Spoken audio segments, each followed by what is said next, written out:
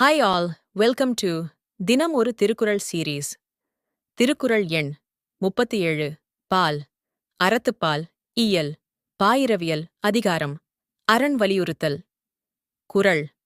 அறத்தாறு இதுவென, வேண்டா சிவிகை பொறுத்தானோடு ஊர்ந்தான் இடை. பொருள்.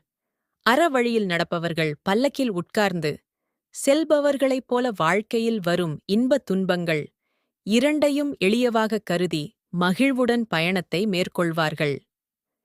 தீய வழிக்குத் தங்களை ஆட்படுத்திக் கொண்டவர்களோ பல்லக்கைத் தூக்கிச் சுமப்பவர்களைப் போல இன்பத்திலும் அமைதி கொள்ளாமல் துன்பத்தையும் தாங்கிக் கொள்ளும் மனப்பக்குவமின்றி வாழ்வையே பெரும் சுமையாகக் கருதுவார்கள். இதை ஒரு கதை வடிவில் பார்ப்போமா?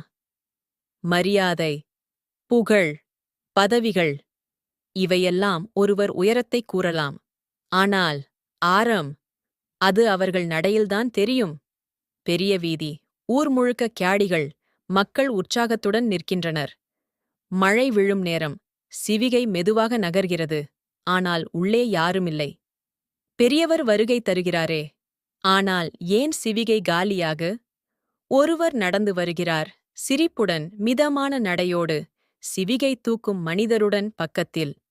பெரிய இடத்தில் இருப்பவர், ஆனால் பெரிய மனதோடு நடக்கும் ஒருவர், சிவிகை சுமக்கும் மனிதரின் உழைப்பை மதித்து அவரோடு நடந்து செல்கிறார். அதுதான் உண்மையான அறம். அவர் நடக்கிறார்.